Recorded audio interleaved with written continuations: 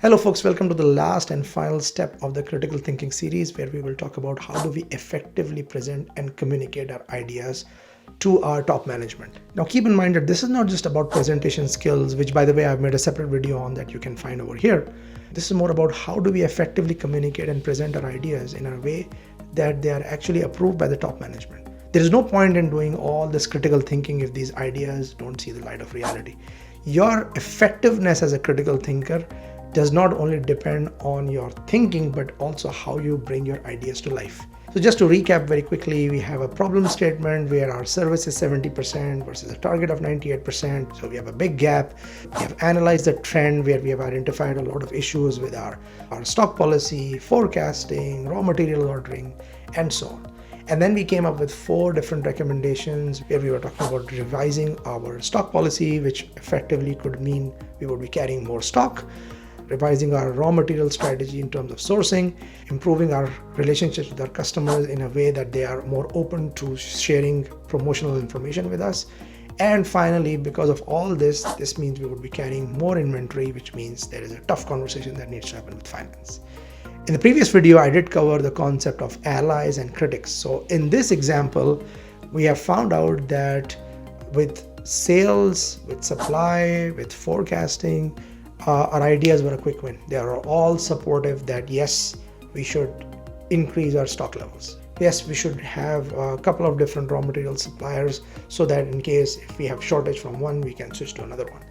And then with sales, we also had an agreement that yes, there's an opportunity to improve our relationships, and they are working on getting more open communication with their sales teams about promotion information. However, our critic in this case is finance, who is not aligned to keeping more cash. So now you have this situation where you are walking into a board meeting presenting your recommendation, and you know that there are 3 supporters of your ideas and there is 1 critic. So how do you manage this conversation? So because you know that you've got these 3 supporters, you walk into this meeting, you would make the recommendation, and you would start with the easiest one. You will say that, okay, yes, we need to improve our relationship with our sales team. We have already spoken to our sales team and they are aligned. Check. We need to have a different sourcing policy for our raw material suppliers. We have already spoken to our procurement team. They are all aligned. Check. And we have also aligned with our supply team that yes, there is a need to carry higher stocks. However, we have got a challenge because we have a cash crunch in the company and we cannot improve our stock levels. So here are some options, right? So this is where, because it's a tricky conversation, you need to put options on the table. Option number 1 is that we don't do anything and the service just remains bad, which means that yes, we will not have a hit on the cash, but the impact on the business is much more negative because we are going to lose all those sales. That's option number 1. Option number 2 is that you don't try to get to the industry standard target on service, but you make that journey in steps. You don't say that, oh, I want to go from 75 to 98 in one go, but you say that, okay, I will get to 80% now.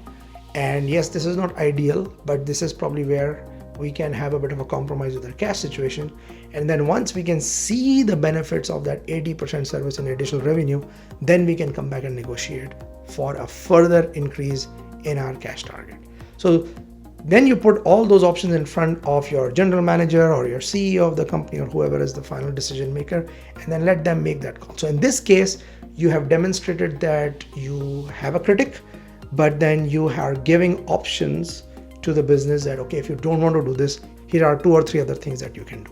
So now in this case, your chances of getting your proposal approved are much higher because you have done your homework on stakeholder management, you have explored whatever options were possible, and as a critical thinker, you have demonstrated your ability to not only identify the problem, but to solve it in the most pragmatic way and by managing your stakeholders effectively.